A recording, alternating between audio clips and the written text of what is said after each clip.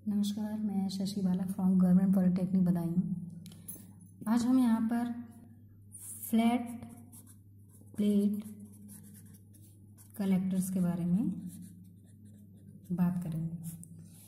तो मैंने last video में आपको बताया था कि जो आपके फ्लैट प्लेट कलेक्टर्स होते हैं उसमें आपके डिफरेंट टाइप्स के पार्ट्स असेंबल होते हैं। तो उन पार्ट्स को आज हम ब्रॉडली डिस्क्राइब करेंगे।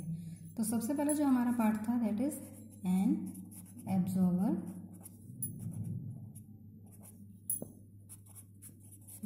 प्लेट।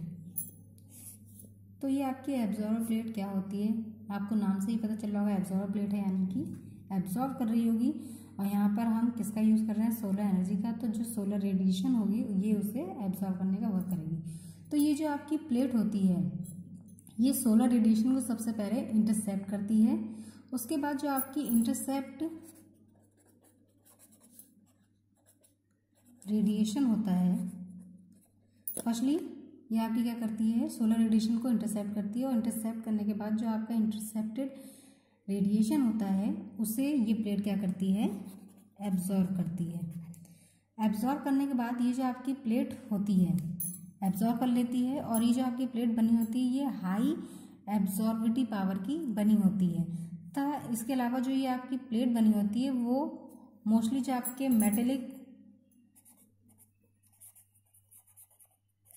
कंपाउंड, जैसे आपके कुछ मेटल्स हो गए, जैसे हो गए कॉपर, एल्यूमिनियम या स्टील, इस तरह के जितने भी आपके मेटल कंपाउंड होते हैं इनकी ये प्लेट इन्हीं से आपकी बनी होती है।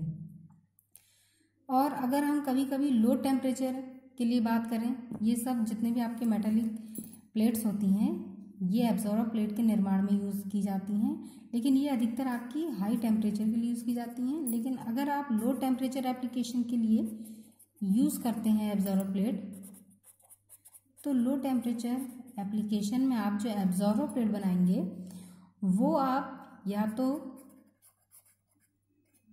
प्लास्टिक या फिर आप जैसे ग्लास वगैरह हो गए, तो मोस्टली हम जो प्लास्टिक होता है प्लास्टिक मटेरियल का यूज़ करते हैं। तो लो टेम्परेचर के लिए आप प्लास्टिक मटेरियल की एब्जॉर्बर प्लेट का यूज़ करेंगे। और अगर आपको हाई टेम्परेचर एप्लीकेशन चाहिए तो हाई टेम्परेचर के लिए आप जैसे मेटल प्लेट हो गई, कॉपर, एल्यूमिनियम या स्टील, इनकी एब्जॉर्बर प्लेट का आप इस्तेमाल करते हैं। ज़्यादातर केस में जो आपकी ये प्लेट्स होती हैं, ये प्लेट्स यानी जो आपकी एब्जॉर्बर प्लेट होती हैं इन पे हम कोटिंग करते हैं। तो ये आपके स्पेसिफाइड मटेरियल के साथ कोट की जाती हैं, जिससे क्या होता है कि जब आपकी प्लेट पर कोटिंग होती है स्पेसिफाइड मटेरियल की, तो वो क्या करती है, इस एब्जॉर्बर प्लेट की एब्जॉर्प्शन पावर को बढ़ा देती है या फिर इंक्रीज कर देती है, जिससे ये प्लेट क्या करती है, ज़्यादा से ज़्यादा सोलर रेडिएशन को एब्जॉर्ब कर सकती है। इसके बाद क्या होता है, इसमें आप एक हीट ट्रांसफ़र फ्लूइड का इस्तेमाल करते हैं। वो हीट ट्रांसफ़र फ्लूइड आपका मे बी एयर भी हो सकता है या फिर आपका वाटर भी यूज़ किया जा सकता है, जो कि क्या करता है, जो आपकी एब्जॉर्बर प्लेट एनर्जी को स्टोर करती है या एब्जॉर्ब करती है, ये एनर्जी आपकी जो हीट ट्रांसमिट फ्लूइड होते हैं उनमें कैरी कर दी जाती है या उन्हें ट्रांसफ़र कर दी जाती है। नेक्स्ट अब हम बात करते हैं ट्रांसपेरेंट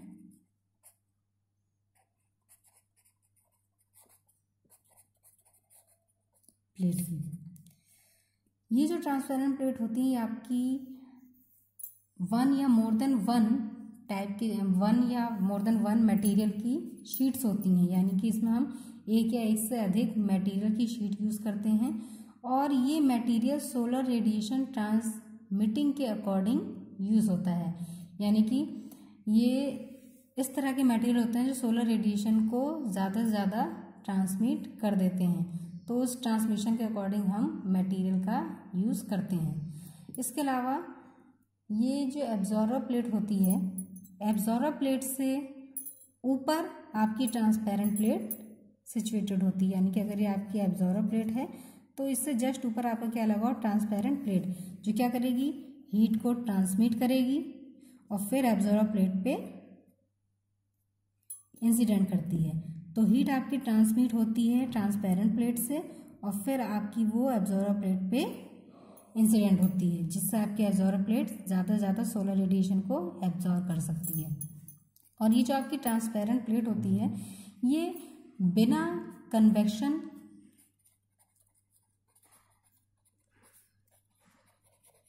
कंडक्शन और रेडिएशन के डायरेक्ट एब्जॉर्बर प्लेट में पहुंचती है। यानी कि यहाँ पर कोई भी ऐसी टर्म जो कन्वेक्शन कंडक्शन रेडिएशन में जो आपकी हीट लॉस होती है तो यहाँ पर इस तरह की कोई भी टर्म यूज़ नहीं होती। यानी कि विदाउट हीट लॉस आपकी ट्रांसपेरेंट प्लेट डायरेक्ट जो सोलर रेडिएशन होता है उसे एब्जॉर्बर प्लेट तक पहुँचाती है।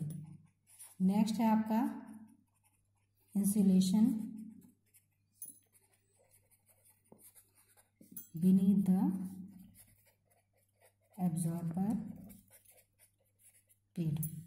एब्जॉर्बर प्लेट से जस्ट ऊपर आपकी ट्रांसपेरेंट प्लेट और एब्जॉर्बर प्लेट से नीचे आपकी क्या होगी, इंसुलेशन होती है। तो ये जो आप एब्जॉर्बिंग जो सरफेस होती है आपकी, यह एब्जॉर्बिंग सरफेस को हीट लॉस से प्रोटेक्ट करती है। इसके अलावा यह इंसुलेशन हीट लॉस को कम से कम करता है। यानी कि इंसुलेशन अगर आपका इसके नीचे प्रोवाइड होगा तो उससे क्या होगा, जो आपकी हीट लॉस हो सकता है वो हीट लॉस आपका कम से कम हो जाता है। यानी कि हीट का लॉस आपका ज़्यादा नहीं होता है। तो ज़्यादातर आपकी जो सोलर रेडिएशन के थ्रू हीट कन्वर्जन होता है, सोलर रेडिएशन जब आपकी हीट में कन्वर्ट होती है तो पूरी वो एनर्जी या पूरी वो हीट आपकी हीट ट्रांसमिट फ्लूइड तक पहुंच जाती है। इसके बाद आपका अगला सेक्शन आता है box like structure. Box like structure, ये जो आपका स्ट्रक्चर होता है ये बॉक्स की तरह बनाया जाता है। और ये बॉक्स की तरह इसलिए बनाया जाता है ताकि आपके सारे जो असेंबली या सारे जो असेंबल पार्ट्स हैं वो आसानी से एक साथ फिक्स हो जाएं। तो ये क्या करता है, सारे आपके असेंबल पार्ट्स को एक साथ पोजीशन में रखने का काम करता है। तो ये सब आपके पार्ट्स के बारे में मैंने बताया जो आपके फ्लैट प्लेट कलेक्टर्स में यूज़ होते हैं। नेक्स्ट अब हम बात करते हैं प्रोसेस की। तो ये आपका किस तरह से वर्क करता है, तो इसे सबसे पहले हम फिगर के द्वारा समझेंगे। तो सबसे पहले हम इसका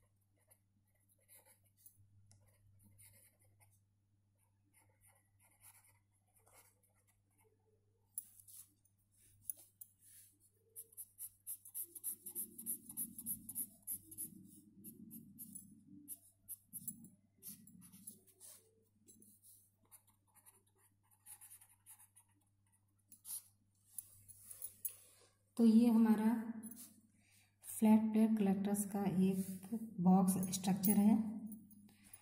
तो अब हम इसके प्रोसेस के बारे में बात करेंगे।